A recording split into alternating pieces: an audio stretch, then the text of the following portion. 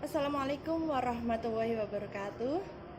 Hari ini kita akan belajar mata pelajaran bahasa Indonesia, yaitu memahami teks negosiasi untuk kelas 10 SMK. Bersama saya, Bu Vina. Apakah yang dimaksud dengan negosiasi? Tentu negosiasi sudah sering kali kalian dengarkan dari kata dasar yaitu nego. Nego atau tawar-menawar. Nah, jadi secara singkat, negosiasi adalah teks yang berisi tentang tawar-menawar. Nah, untuk pengertian lebih lanjut, mari kita pelajari pengertian teks negosiasi. Nah, ini adalah pengertian secara lengkap. Teks negosiasi adalah teks yang bertujuan untuk mencapai kesepakatan di antara pihak-pihak yang mempunyai kepentingan yang berbeda. Dalam teks negosiasi berisi kalimat-kalimat kesepakatan mengenai persoalan yang membutuhkan penyelesaian. Jadi, teks negosiasi ini dilakukan untuk mencapai kesepakatan bersama di akhir kegiatan.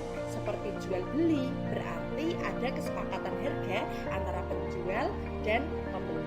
Seperti itu. Lalu pengertian menurut Kamus Besar Bahasa Indonesia, negosiasi adalah proses tawar-menawar dengan jalan berunding guna mencapai kesepakatan bersama antara satu pihak, kelompok atau organisasi dan pihak kelompok atau organisasi yang lain. Jadi antara dua kelompok. Seperti itu.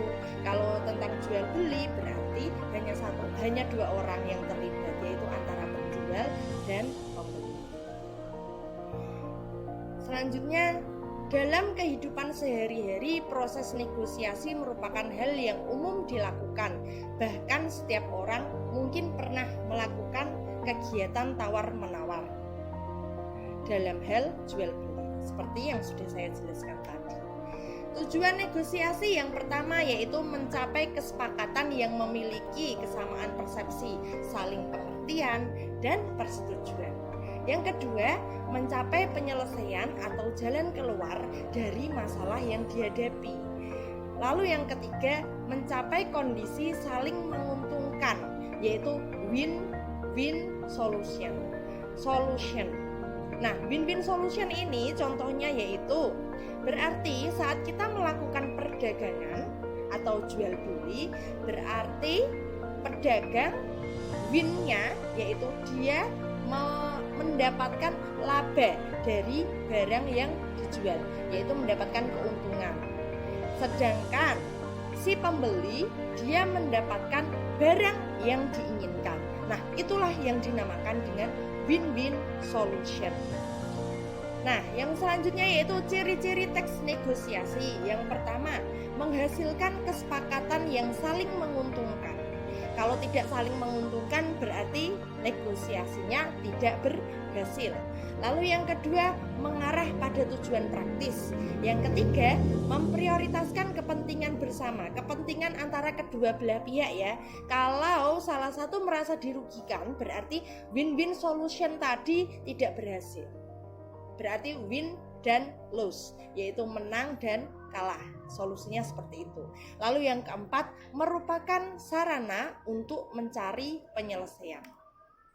Kaidah kebahasaannya ada banyak. Yang pertama, menggunakan bahasa yang santun. Nah, kalau negosiasi tentunya menggunakan bahasa yang santun. Meskipun tidak menggunakan bahasa baku, tapi harus menggunakan bahasa yang baik dan sopan. Lalu yang kedua, terdapat ungkapan persuasif. Nah, persuasif ini sifatnya adalah bahasa untuk membujuk seseorang. Contohnya seperti ini kalimat persuasif. Gimana kalau saya jual salah nih. Gimana kalau harganya turun jadi 15.500. Misal seperti itu. Berarti si pembeli berniat untuk membujuk si penjual agar harganya turun menjadi 15.500. Seperti itu. Inilah yang dinamakan dengan persuasif. Boleh ya Mbak? Boleh ya. Nah, seperti itu juga kalimat persuasif.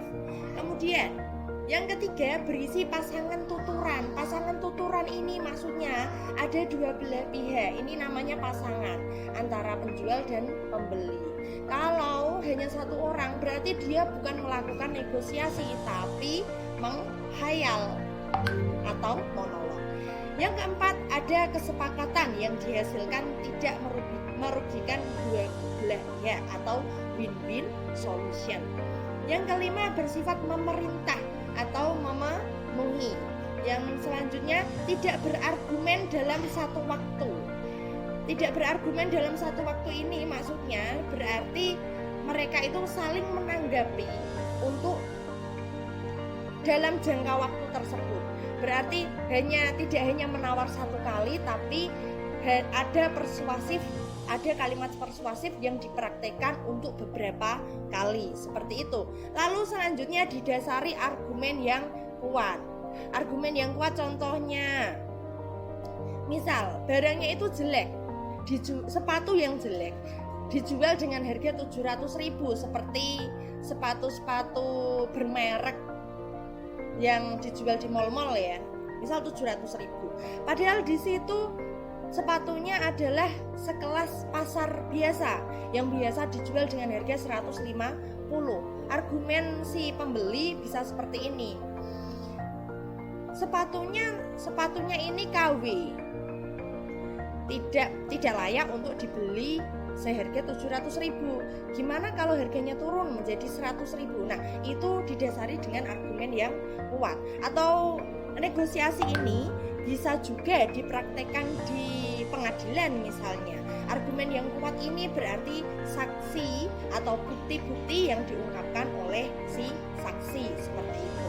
Selanjutnya adalah minta alasan dari pihak mitra negosiasi, mengapa ya dan mengapa tidak.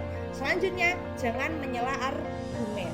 Jadi di sini ada santunnya adalah tidak menyela argumen. Jadi pihak satu menyampaikan argumennya terlebih dahulu, kemudian baru pihak yang lainnya. Tidak boleh menyela antar satu sama lain.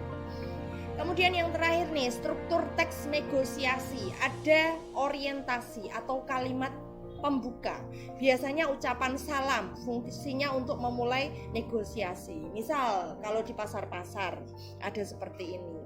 Assalamualaikum, Mbak, ada yang bisa kami bantu? Misal seperti itu. Kalau misal tidak menggunakan salam ya bisa juga seperti ini. Mau cari apa, Pak? Mau cari apa, Bu? Seperti itu. Itulah yang dinamakan dengan struktur orientasi. Nah, selanjutnya yaitu ada permintaan.